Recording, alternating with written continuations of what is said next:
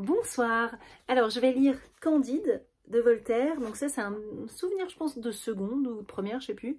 Mais j'avais quand même un bon petit souvenir, même si je ne me rappelle plus vraiment de tout le contenu. Voilà, pareil, il faut cultiver son jardin. Voilà, donc Voltaire, il est né en 1694, il est décédé en 1778. Prince de l'esprit et des idées philosophiques qu'il répand dans ses poèmes, ses contes, ses essais historiques et ses campagnes en faveur des victimes d'erreurs judiciaires, il reste un maître du récit vif et spirituel. Donc là, je vous lis ce qu'il y a à l'arrière un petit peu. Donc tout est pour le mieux dans le meilleur des mondes possibles, c'est bien connu. Depuis Voltaire, grâce à Pangloss, le plus grand des philosophes, la maxime est à la mode. Et il n'est que de voir Candide pour s'en persuader. Pour un baiser échangé avec Cunégonde, fille du baron de Thundertentronckh, Candide est chassé à coups de pied, confronté au pire cataclysme et à la férocité des gens. Voleurs, soldats brutaux, femmes débauchées, inquisiteurs féroces, coquins et vieilles acariâtres se liguent pour le pousser d'aventure en désastre. Après bien des péripéties, le héros fatigué retrouve enfin sa mie, devenue à la vérité bien laide mais excellente pâtissière, et finira paisiblement ses jours à cultiver son jardin. Donc, je démarre. Candide ou l'optimisme, traduit de l'allemand de monsieur le docteur Ralph, avec les additions qu'on a trouvées dans la poche du docteur lorsqu'il mourut à Minden, l'an de grâce 1759. Chapitre 1er. Comment Candide fut élevé dans un beau château et comment il fut chassé de celui-ci. Il y avait en Westphalie, dans le château de monsieur le baron de Thundertentronckh, un jeune garçon à qui la nature avait donné les mœurs les plus douces. Sa physionomie annonçait son âme. Il avait le jugement assez droit avec l'esprit le plus simple. C'est, je crois, pour cette raison qu'on le nommait Candide. Les anciens domestiques de la maison soupçonnaient qu'il était fils de la sœur de monsieur le baron, et d'un bon et honnête gentilhomme du voisinage, que cette demoiselle ne voulut jamais épouser parce qu'il n'avait pu prouver que 71 quartiers, et que le reste de son arbre généalogique avait été perdu par l'injure du temps. Monsieur le baron était un des plus puissants seigneurs de la Westphalie, car son château avait une porte et des fenêtres.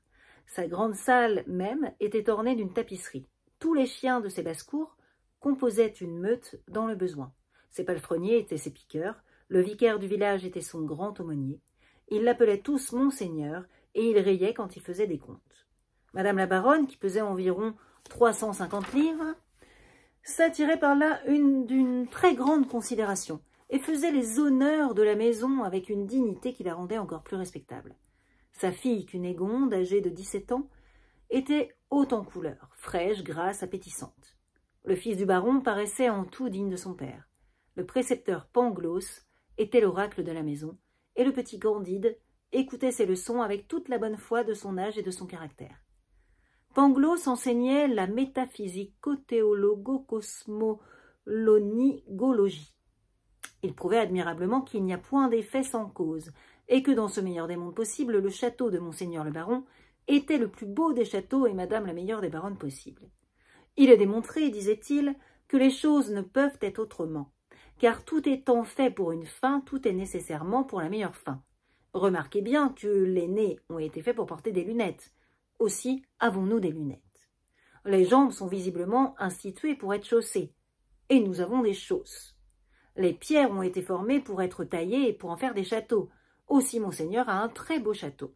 Le plus grand baron de la province doit être le mieux logé, et les cochons, étant faits pour être mangés, nous mangerons du porc toute l'année.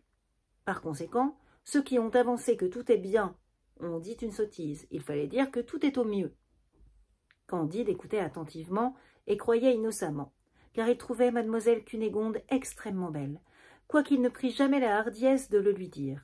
Et il concluait qu'après le bonheur d'être né baron de Thundertentronckh, le second degré de bonheur était d'être mademoiselle Cunégonde, le troisième de la voir tous les jours, et le quatrième d'entendre maître Pangloss, le plus grand philosophe de la province, et par conséquent de toute la terre. Un jour, Cunégonde, en se promenant auprès du château dans le petit bois qu'on appelait parc, vit entre des broussailles le docteur Pangloss, qui donnait une leçon de physique expérimentale à la femme de chambre de sa mère, petite brune très jolie et très docile. Comme mademoiselle Cunégonde avait beaucoup de disposition pour les sciences, elle observa sans souffler les expériences réitérées dont elle fut témoin. Elle vit clairement la raison suffisante du docteur, les effets et les causes, et s'en retourna tout agitée, toute pensive, toute remplie du désir d'être savante, songeant qu'elle pourrait bien être la raison suffisante du jeune Candide, qui pouvait aussi être la sienne. Elle rencontra Candide en revenant au château et rougit. Candide rougit aussi.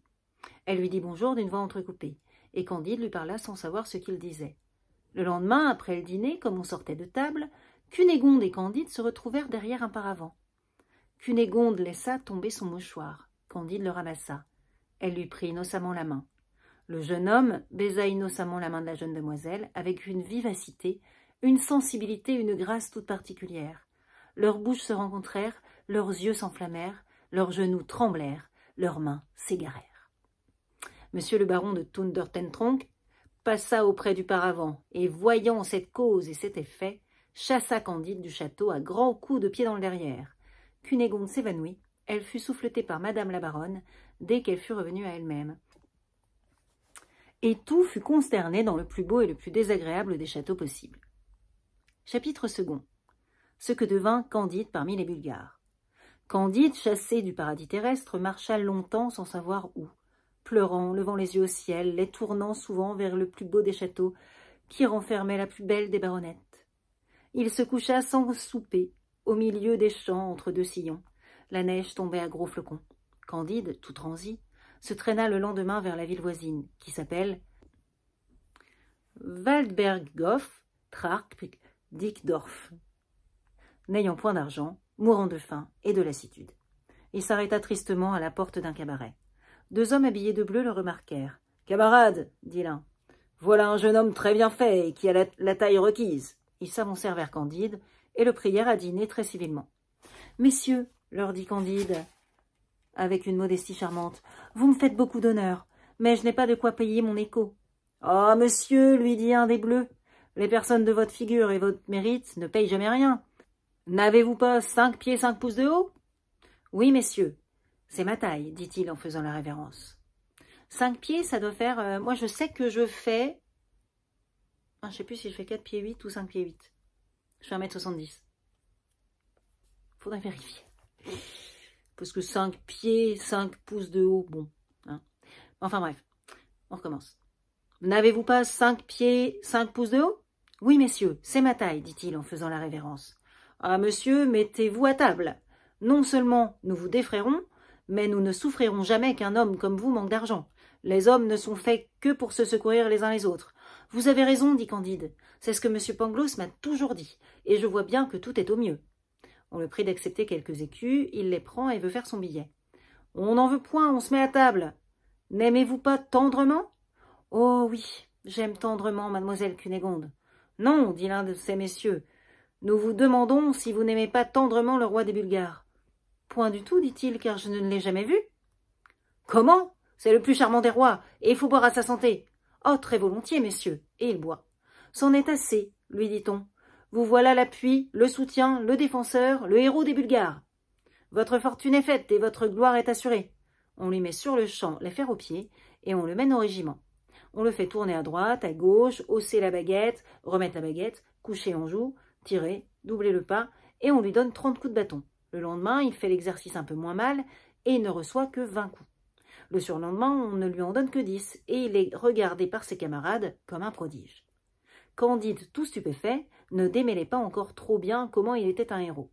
Il s'avisa un beau jour de printemps de s'aller promener, marchant tout droit devant lui, croyant que c'était un privilège de l'espèce humaine, comme de l'espèce animale, de se servir de ses jambes à son plaisir.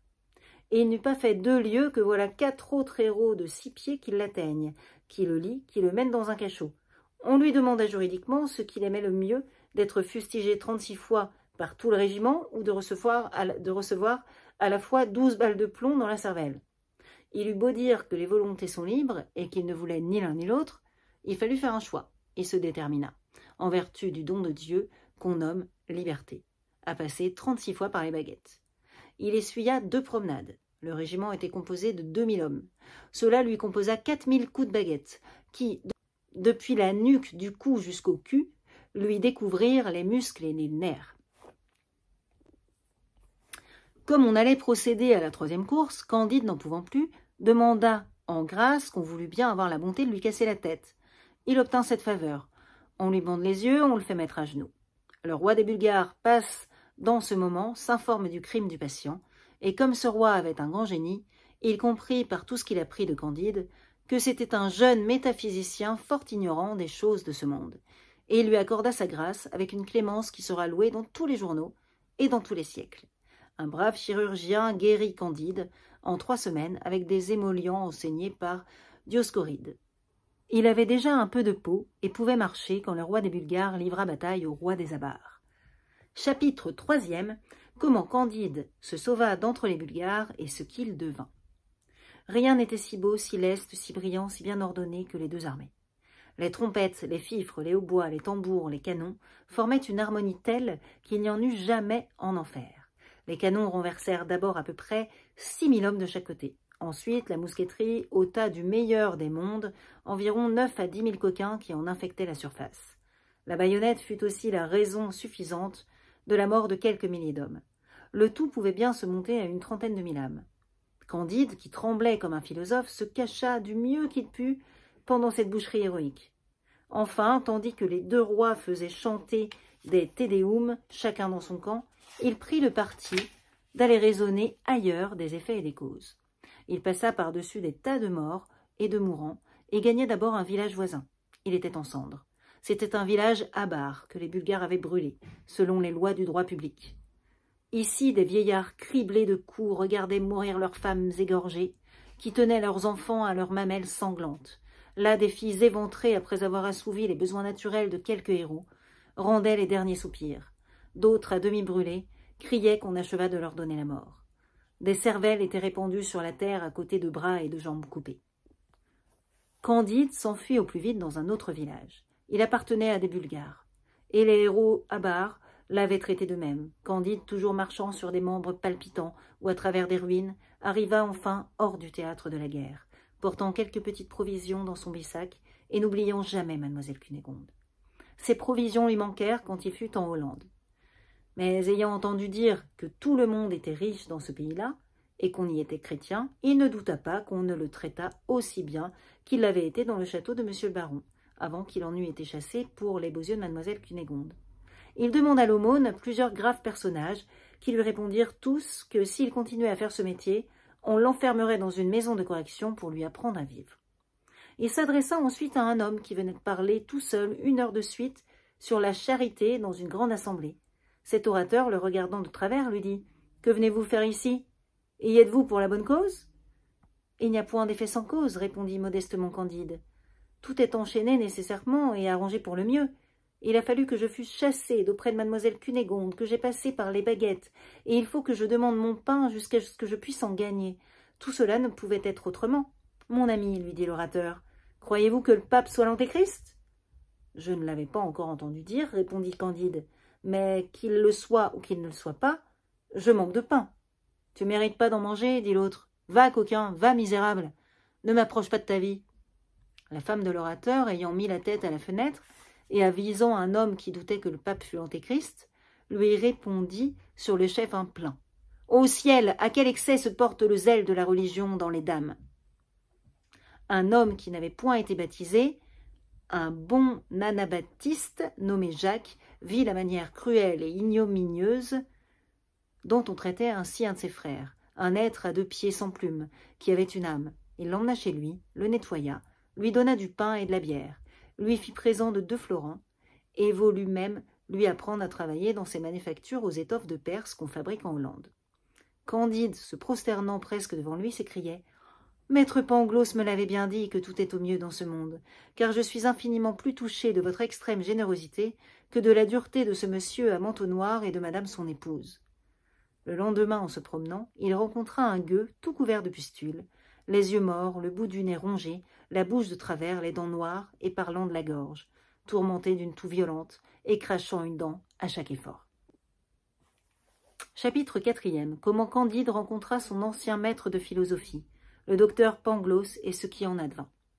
Candide, plus ému encore de la compassion que d'horreur, donna à cet épouvantable gueux les 2 florins qu'il avait reçus de son honnête anabaptiste Jacques. Le fantôme le regarda fixement, versa des larmes et sauta à son cou. Candide, effrayé, recule. « Hélas, dit le misérable à l'autre misérable, ne reconnaissez-vous pas votre cher Pangloss? Qu'entends-je? Vous, mon cher maître, vous dans cet état horrible? Mais quel malheur vous est-il donc arrivé? Pourquoi n'êtes-vous pas dans le plus beau des châteaux? Qu'est devenue mademoiselle Cunégonde, la perle des filles, le chef-d'œuvre de la nature? Je n'en peux plus, dit Pangloss. Aussitôt Candide le mena dans l'étable de l'anabaptiste, où il lui fit manger un peu de pain. Et quand Pangloss fut refait, « Eh bien, lui dit-il, Cunégonde !»« Elle est morte, reprit l'autre. Candide s'évanouit à ce mot. Son ami rappela ses sens avec un peu de mauvais vinaigre qui se trouva par hasard dans l'étable. Candide rouvre les yeux. « Cunégonde est morte? Ah, meilleur des mondes, où êtes-vous? Mais de quelle maladie est-elle morte? Ne serait-ce point de m'avoir vu chasser du beau château de monsieur son père à grands coups de pied? Non, dit Pangloss, elle a été éventrée par des soldats bulgares, après avoir été violée autant qu'on peut l'être. Ils ont cassé la tête à monsieur le baron, qui voulait la défendre. Madame la baronne a été coupée en morceaux. Mon pauvre pupille, traité précisément comme sa sœur. Et quant au château, il n'est pas resté pierre sur pierre, pas une grange, pas un mouton, pas un canard, pas un arbre, mais nous avons été bien vengés, car les avares en ont fait autant dans une baronnie voisine qui appartenait à un seigneur bulgare. À ce discours, Candide s'évanouit encore. Mais revenu à soi, et ayant dit tout ce qu'il devait dire, il s'enquit de la cause et de l'effet, et de la raison suffisante qui avait mis Pangloss dans un si piteux état. « Hélas, dit l'autre, c'est l'amour. L'amour, le consolateur du genre humain, le conservateur de l'univers, l'âme de tous les êtres sensibles, le tendre amour. »« Hélas, dit Candide, je l'ai connu, cet amour, ce souverain des cœurs, cette âme de notre âme. Il ne m'a jamais valu qu'un baiser et 20 coups de pied au cul. Comment cette belle cause a-t-elle pu produire en vous un effet si abominable ?» Pangloss répondit en ces termes. « Oh, mon cher Candide, vous avez connu Paquette, cette jolie suivante de notre auguste baronne. J'ai goûté dans ses bras les délices du paradis qui ont produit ces tourments d'enfer dont vous me voyez dévorer. Elle en était infectée, elle en est peut-être morte. Paquette tenait ce présent d'un cordelier très savant qui avait remonté à la source, car il l'avait eu d'une vieille comtesse, qu'il l'avait reçu d'un capitaine de cavalerie, qu'il le devait à une marquise, qui le tenait d'un page, qu'il l'avait reçu d'un jésuite qui, étant novice, l'avait eu en droite ligne d'un des compagnons de Christophe Colomb. Pour moi, je ne le donnerai à personne, car je me meurs. Bon, c'est un petit peu une maladie quand même sexuellement transmissible dont ils sont en train de parler. Là. Voilà. « Oh, Pangloss !» s'écria Candide. « Voilà une étrange généalogie. N'est-ce pas le diable qui en fut la souche ?»« Point du tout, répliqua ce grand homme, c'était une chose indispensable dans le meilleur des mondes, un ingrédient nécessaire.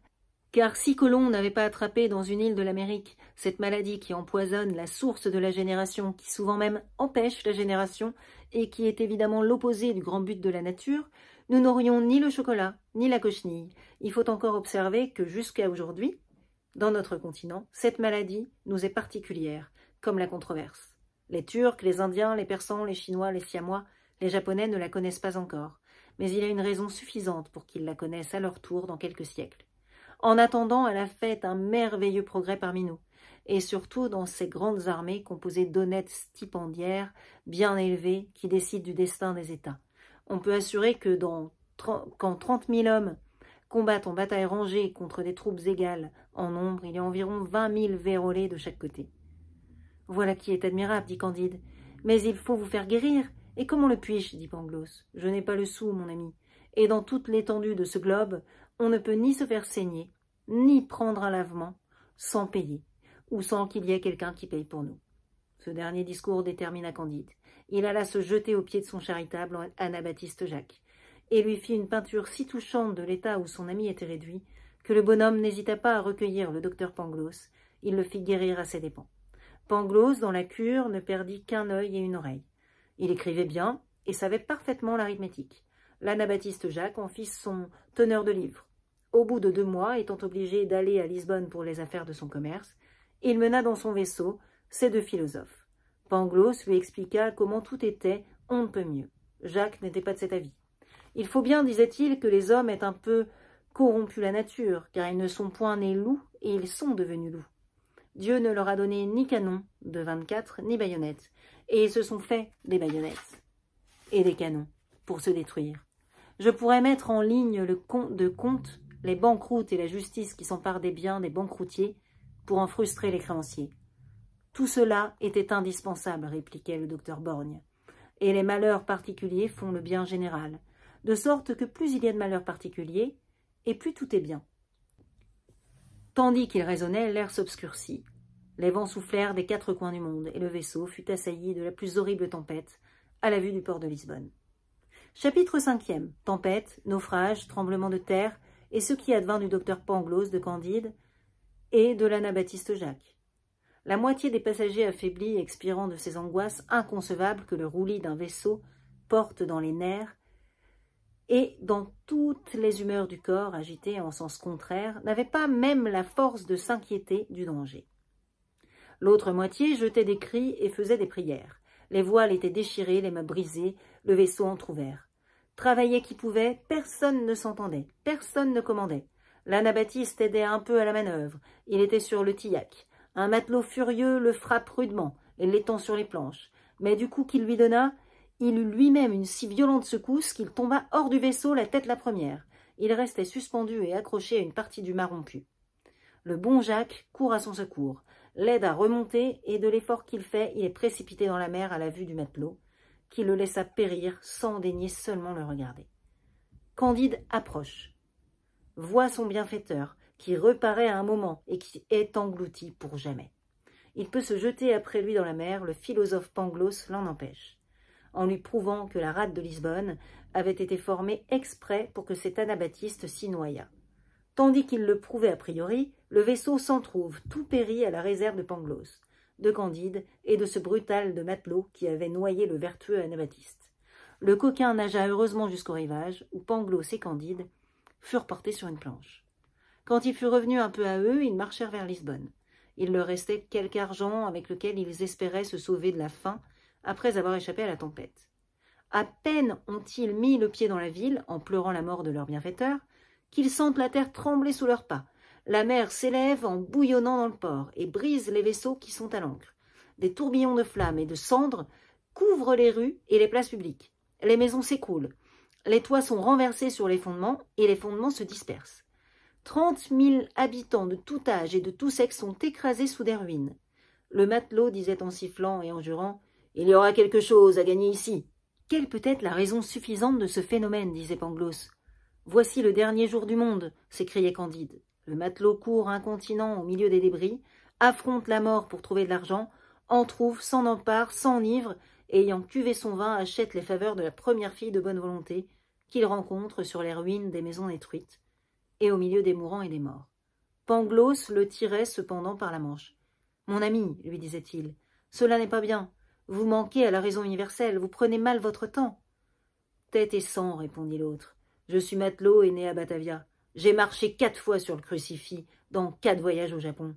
Tu as bien trouvé ton homme avec ta raison universelle. » Quelques éclats de pierre avaient blessé Candide. Il était étendu dans la rue et couvert de débris. Il disait à Pangloss, « Hélas, procure-moi un peu de vin et d'huile. Je me meurs. » « Ce tremblement de terre n'est pas une chose nouvelle, répondit Pangloss. La ville de Lima éprouva les mêmes secousses en Amérique l'année passée. Même cause, mêmes effets. Il y a certainement une traînée de soufre sous terre depuis Lima jusqu'à Lisbonne. Rien n'est plus probable, dit Candide. Mais pour Dieu, un peu d'huile et de vin. Comment probable, répliqua le philosophe. Je soutiens que la chose est démontrée. Candide perdit connaissance. Et Pangloss lui apporta un peu d'eau d'une fontaine voisine. Le lendemain, ayant trouvé quelques provisions de bouche en se glissant à travers les décombres, ils réparèrent un peu leurs forces. Ensuite, ils travaillèrent comme les autres à soulager les habitants échappés à la mort. Quelques citoyens, secourus par eux, leur donnèrent un aussi bon dîner qu'on le pouvait dans un tel désastre. Il est vrai que le repas était triste. Les convives arrosaient leur pain de leurs larmes, mais Pangloss les consola, en les assurant que les choses ne pouvaient être autrement. Car, dit-il, tout ceci est ce qu'il y a de mieux. Car s'il y a un volcan à Lisbonne, il ne pouvait être ailleurs, car il est impossible que les choses ne soient pas où elles sont, car tout est bien.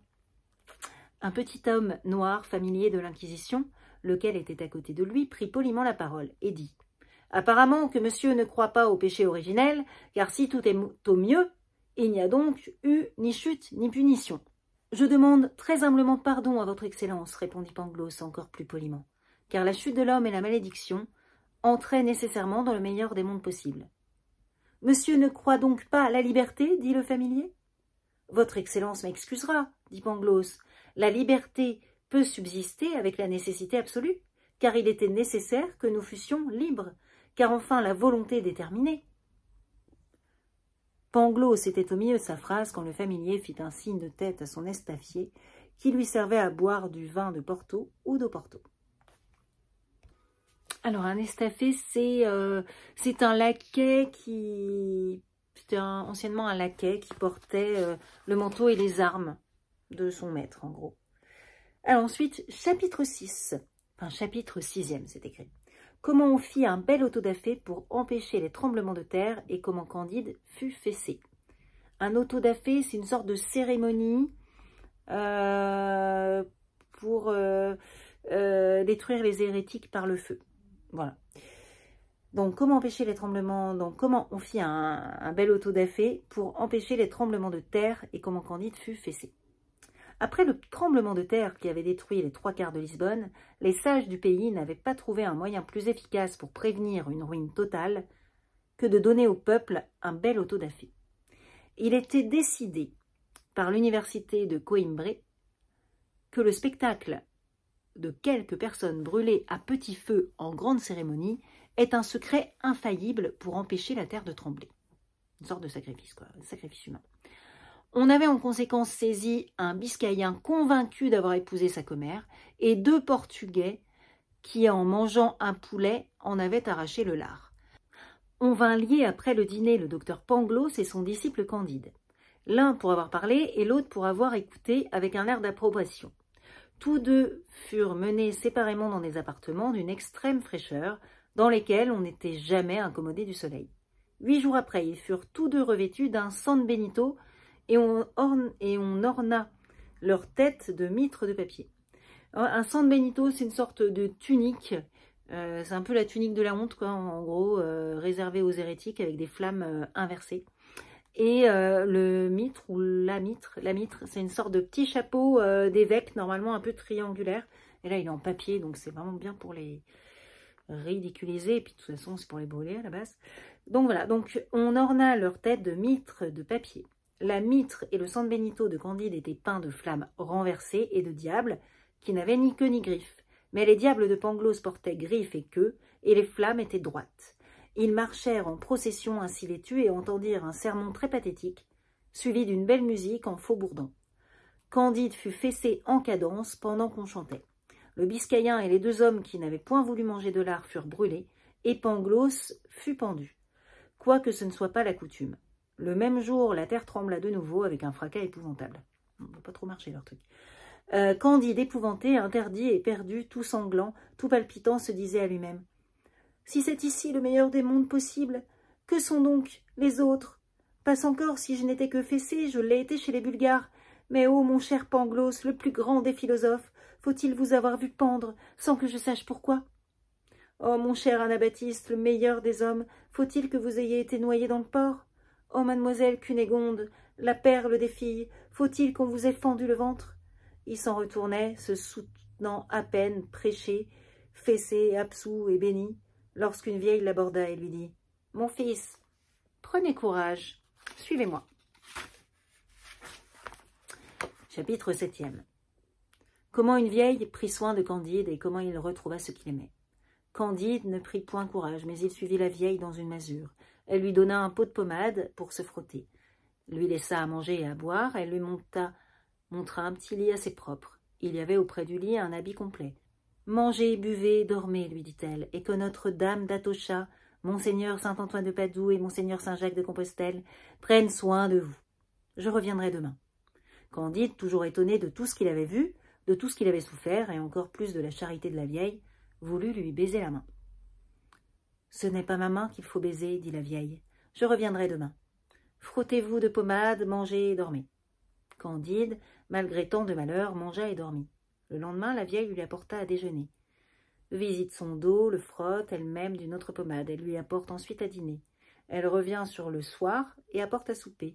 Le surlendemain, elle fit encore les mêmes cérémonies. « Qui êtes-vous » lui disait toujours Candide. « Qui vous a inspiré tant de bonté? Quelle grâce puis-je vous rendre ?» La bonne femme ne répondait jamais rien. Elle revint sur le soir et n'apporte un point à souper.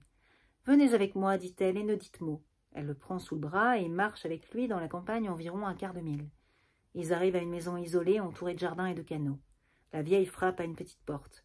On ouvre. Elle mène Candide par un escalier dérobé, dans un cabinet doré, le laisse sur un canapé de brocart, referme la porte et s'en va. Candide croyait rêver, et regardait toute sa vie comme un songe funeste, et le moment présent comme un songe agréable. La vieille reparut bientôt. Elle soutenait avec peine une femme tremblante, d'une taille majestueuse, brillante de pierreries et couverte d'un voile. « Ôtez ce voile, dit la vieille à Candide. Le jeune homme approche, il lève le voile d'une main timide. Quel moment, quelle surprise! Il croit voir mademoiselle Cunégonde. Il la voyait en effet, c'était elle-même. La force lui manque. Il ne peut proférer une parole. Il tombe à ses pieds. Cunégonde tombe sur le canapé. La vieille les accable d'eau spiritueuse. Ils reprennent leur sens, ils se parlent. Ce sont d'abord des mots entrecoupés, des demandes et des réponses qui se croisent, des soupirs, des larmes, des cris. La vieille leur recommande de faire moins de bruit et les laisse en liberté. « Quoi? C'est vous, lui dit Candide. Vous vivez. Je vous retrouve en Portugal. On ne vous a donc pas violé. On ne vous a point fendu le ventre comme le philosophe Pangloss me l'avait assuré. »« Si fait, dit la belle Cunégonde, mais on ne meurt pas toujours de ces deux accidents. »« Mais votre père et votre mère ont-ils été tués ?»« Il n'est que trop vrai, dit Cunégonde en pleurant. »« Et votre frère ?»« Mon frère a été tué aussi. »« Et pourquoi êtes-vous en Portugal ? Et comment avez-vous su que j'y étais, et par quelle étrange aventure m'avez-vous fait conduire dans cette maison ?»« Je vous dirai tout cela, répliqua la dame, mais il faut auparavant que vous m'appreniez tout ce qui vous est arrivé depuis le baiser innocent que vous me donnâtes et les coups de pied que vous reçûtes. » Candide lui obéit avec un profond respect, et quoiqu'il fût interdit, quoique sa voix fût faible et tremblante, quoique l'échine lui fît encore un peu mal, il lui raconta de la manière la plus naïve tout ce qu'il avait éprouvé depuis le moment de leur séparation. Cunégonde levait les yeux au ciel, elle donna des larmes à la mort du bon Anabaptiste et de Pangloss, après quoi elle parla en ces termes à Candide, qui ne perdait pas une parole et qui la dévorait des yeux. Eh bien, voici, je vais m'arrêter là. Il a retrouvé Cunégonde, on va laisser le suspense à son comble. Pour savoir après, dans le chapitre 8e, c'est quand même le titre, c'est « Histoire de Cunégonde ». Donc voilà, ça va être plutôt intéressant. Je pense que ça va être vite lu, hein, ce petit livre. On est bien dedans, c'est quand même très sympathique à lire, je trouve ça plutôt marrant. Donc, vivement l'histoire de Cunégonde. Donc, je vais tenter, je pense pas que j'aurai le temps de finir ça ce week-end, parce que j'ai pas mal de trucs à faire. Mais donc, je vous souhaite une très bonne soirée. Et voilà, au revoir.